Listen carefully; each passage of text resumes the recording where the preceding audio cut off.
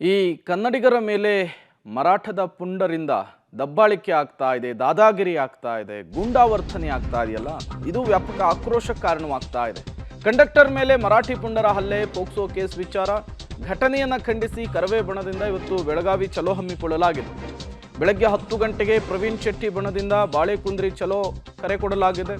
ಬೆಳಗ್ಗೆ 11:30ಕ್ಕೆ ನಾರಾಯಣಗೌಡ ಬಣದಿಂದ ಬೆಳಗಾವಿಯಲ್ಲಿ ಬೃಹತ್ ಪ್ರತಿಭಟನೆ ಇರುವಂಥದ್ದು.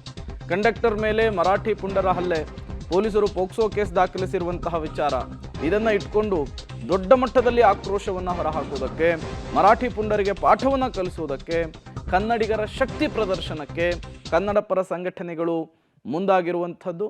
ಈಗಾಗಲೇ ಅದಕ್ಕೆ ಬೇಕಾದಂತಹ ಸಿದ್ಧತೆಯನ್ನು ಕೂಡ ಮಾಡಿಕೊಂಡಿದ್ದಾರೆ.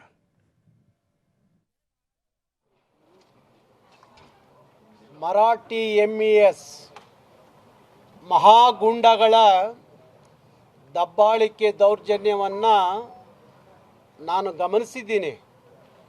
ಅದಕ್ಕಾಗಿ ಬೆಳಗಾವಿಯ ನೆಲದಲ್ಲೇ ಅವರಿಗೆ ಉತ್ತರ ಕೊಡಬೇಕು ಅಂತ ಹೇಳಿ ನಾನು ಬೆಂಗಳೂರಿಂದ ಬೆಳಗಾವಿಗೆ ಬಂದಿದ್ದೀನಿ.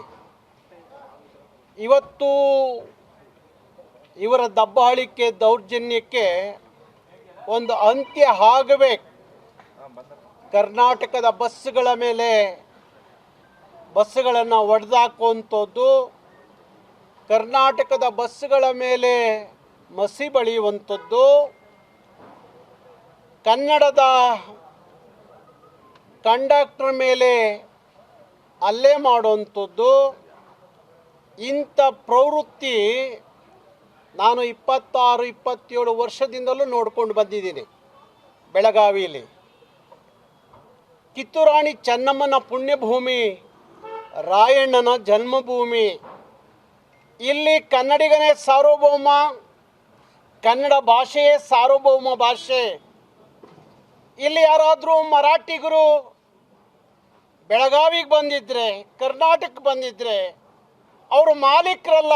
ಈ ನೆಲದ ಮಾಲೀಕರು ಕನ್ನಡಿಗರು, ಅವರು ನಮ್ಮ ಅತಿಥಿಗಳ. ಇದು ಪ್ರತಿಭಟನೆಗೂ ಮೊದಲು ನಾರಾಯಣಗೌಡರು ಮರಾಠ ಪುಂಡರ ದಬ್ಬಾಳಿಕೆ, ದರ್ಪ, ಈ ಎಲ್ಲ ವಿಚಾರಗಳ ಬಗ್ಗೆಯೂ ಕೂಡ ಮಾತನಾಡುವಂತಹ ಕೆಲಸವನ್ನು ಮಾಡಿದ್ದಾರೆ. ದೊಡ್ಡ ಮಟ್ಟದ ಹೋರಾಟಕ್ಕೂ ಕೂಡ ಪ್ಲಾನ್ ಮಾಡಿಕೊಂಡಿದ್ದಾರೆ.